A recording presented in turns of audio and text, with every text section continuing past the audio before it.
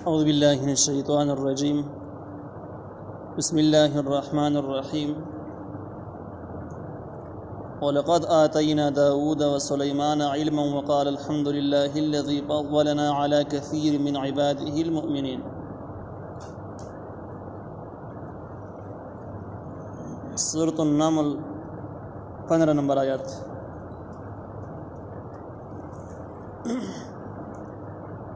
د دې 15 نه واخله د 144 پورې د 44 نمبر آیات پورې د سليمان عليه السلام واقعیا ده.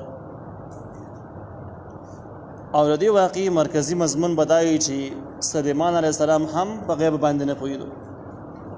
ډېر معجزې الله تعالی د څه ورکړي وي چې هغه د دنیا مخمنه اجازه نه دی ورکړي. یو داسې کارونه په اختیار کې ورسې الله ورکړي چې هغه اچا سره اچا الله ورکړي نه دي، لیکن د دې باوجود علم غیب صفت د الله تعالی د سليمان عليه السلام په علم غیب باندې په غیب باندې نه پوهیدو. او باغې کې واقعیا د سبا د کم خار چې دی چې باغې کې یو خزي بادشاہي کوله د هغه واقعیا ذکر کیږي وروسته براش چې وزنانه حکومت کې او غیر مسلمه د کافره ده او سليمان عليه السلام د هغه علم نه و چې په دې دنیا کې د زم شته چې باغې کې وخزه حکمرانی کوي، غیر شرعي حکومت کوي، د علم ورته نه.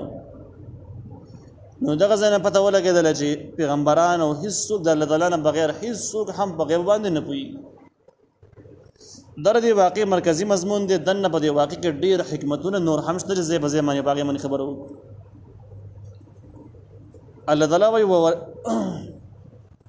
ولقد آتینا یقینا من ورکړی او داود علیه السلام ته او سليمان او سليمان علیه السلام د علم د دوړو ته الله تعالی علم ورکړی یو خاص قسم علم چې هغه علم د پیغمبرای دی، علم د سندکارای دی. لکه داود علیه السلام بزغری جوړول په خپل لاس باندې. دغه شان د کې نور علوم دي چې په هغه کې د مرغانو او د زناورو په خبرو باندې پوهېدل دي، د غرونو په تسبیحاتو باندې پوهېدل دي. دا ټولې خبرې پکې شامل دي. وقال الحمد لله الذي او ویل بردوانو ټول صفاتونه د خدای توب خاص الله لره دي. هغه الله فضلنا چې موږ غوړه کړیو علی کثیر من عباده المؤمنین، پر ډیرو بندگانو خپل باندې چې مؤمنان دي، ډیرو مؤمنان بندگان الله تعالی زم فضل سیوا کړی دي. نو بده وجه باندې د الله تعالی فضل د الله تعالی احسان. د دې آیت نه معلومه شو چې پیغمبران بخپل علمیت الله ته محتاج دي. کوم علم چې د پیغمبرانو سره دعوت الله تعالی ورکړی د دې خپل ذاتی علم نه. دویمه دا ده چې علم چې کوم دی دا یو مستقل نعمت او د نعمتونو کې دا ټولونه لوی نعمت. نو د دې نعمت شکر ادا کول بیخي ضروری دي. درېمه خبره دا ده چې د نعمتونو په حالات کې دنه تکبر کولونه پرهیز پکار دي، تکبر نه ځان ساتل پکار دي. نو ځکه د پیغمبرانو د الله تعالی حمد وایو، د الله تعالی نعمت وایو، نسبت الله ته کوو چې موږ په خپل باندې هیڅ نشو کولای. دا هر څه الله کړی دي، نو احسان د الله دی. نو د تکبر خبره پکې ختمه شو چې موږ په خپل باندې د خپل طرف نه علم نه پیدا کړي، په خپل باندې دومره غټ خلک نه یو، بلکې دا ټول د الله تر طرف نه دي. وورث سليمان داوود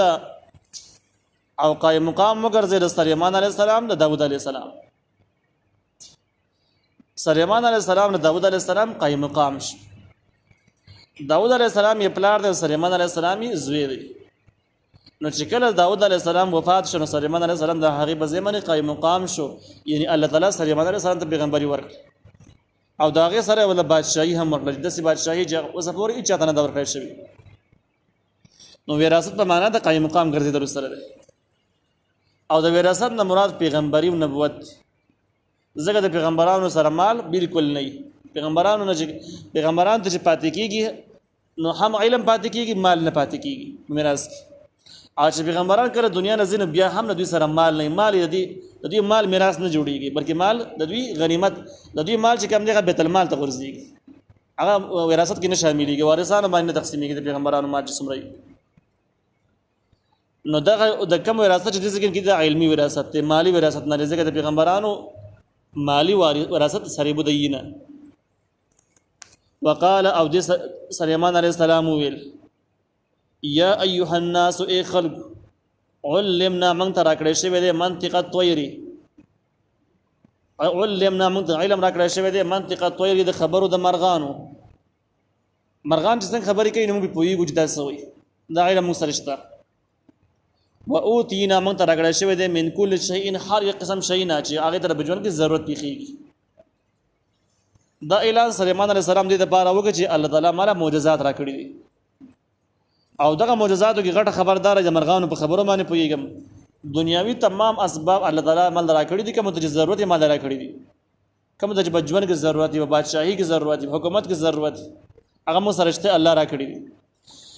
نو په اصل کې د دې خبر اثبات د جزا پیغمبر يم او زما سره معجزات هم دغه دي ان هذا لهو الفضل المبين یقینا دا مهرباني ښکارا ده دومره لوی علم او دومره لوی بادشاهي چې د دین لپاره استعمالېږي د الله تعالی ښکارا فضل وحشر لسليمان جنوده من الجن والانس او جمع کړه چې سليمان عليه السلام د پاره لخرې د حق او جګه پیریانم او انسانانم در د مخکینی نعمتونو ذکر دی چې اوتینا من کل شيء هر قسم شی راکړه شوی نو سليمان عليه السلام ته الله تعالی داسې بادشاہي ورکړي و چې باغې کې د کوم شم ضرورتونو د سره و په ډېر غټ مقدار باندې و نو په حکومت کې عسکري قوت چې کوم نه دي ته ضرورت د ژوند وسایلو ته ضرورت دغه افراد دغه عسکري کم قوت چې دی انداز سليمان عليه السلام ته الله تعالی دومره زیات ورکړو چې کله به سفر کاو نو ول به ټول راجمع کړو د دوی نه بغړ کېدل حساب خرابېدو په لار باندې بچتل زګن ته جوړ سره د مخکینی کسان به ورسونو ته سارېدل چې دیو بل نه ګډ وډ نشو تشمار نه با نو دا کار هغه زګن کېږي او دا خبرې په هغه ځای کې عربي کې استعماليږي چې کوم زګنو کې تعداد کثرت ته اشاره چې د تعداد ډېر زیات نو الله تعالی وحشر لسليمان او جمع کړی شو سليمان عليه السلام د پاره جنوده لخرې د هغه یعنی جمع کېدلې به سليمان عليه السلام د پاره د لخرې د هغه د پاره جوش مارل چې څومره دي کم شته کم نشته سو خو لاري بیل کړي نه خطا شوی خو نه دي داغې نه بعد به دوی سفر کوي بیا او دغه لخرې چې کوم من الجن په پیریانو والانس انسانان یو ناشنا نعمت دا و چې دغه حکومت په ټول انسانانو باندې مو وسره په پیریانو باندې هم او دغه انسانانو پیریان د دوی عسکري قوت اگر چې دغه حکومت د دوی په هواګانو باندې مو په بو باندې مو او په هر څه باندې وو لیکن هغه چون کې په عسکري قوت کې نشماريږي نو بده ځکه کې ذکر ونه شو د ځکه کې باس د هغه صد چې کوم عسکري قوتونه او طوير مرغان یعنی په دغه لخرو کې مرغان هم پکې مرغانو به هم جنگي کردار ادا کاو معلومات پر راوړل دا شان کې دفاع وکول د خپل واسه پوري د سليمان عليه السلام په لخرو کې مرغان هم شاملو فهم يوزعون نو دی به تقسیم ولې کېدل یوزعون د دې مصدر وزعون راځي وزعون بندولو ته وایي او وزعون چې کوم دین دا ډل تقسیمولو ته هم ویل کېږي نو که په معنا د بندولو چې نه څه به معنا شي چې کله به دوی روان شو سفر به وکړو ځای پوري بیا مخکینی کسان ورستنو ته ایثار کړی شو بند بکړی شو چې ټول راجمع شي اندازه ولګول شي چې څوک چالاري نه غلطي کړي بل لار ترې نه یعنی د شمار او د رابطي د قصار ګرانه او مشکل شوی و او یوزعون تقسیمول ته ډېر کول ته ویل کېږي بیا به معنا دا چې داخله براجم شو دا دومره لخرې چې مرغان او پیریان او انسانان د راجم بشو دا غي د لپاره بیا خپل مشران وټاکل شو ذمہواران کسان به وټاکل شو چې د دې ډلې دغه مشر شو دغه ډلې ابل مشر شو هغه ډلو په نگرانی کې به دوی روان شو نو بیا به د څه معنا چې په هم یوزعون دی په تقسیم کړی شو ډلې پکړی شو نو بندول یا یعنی اولنې سره اخرنی سره تیسارول یا دې ډېر کول چې په دې باندې یو نگران مقرر شي چې په خاص مقدار باندې یو کس مقرر شي مشر شي چې دا هغه مشر ذمہواری چې خپل ډله به سمبالي چې ورک نشي ګډوډ نشي او د هغوی ضرورت دی پوره کړي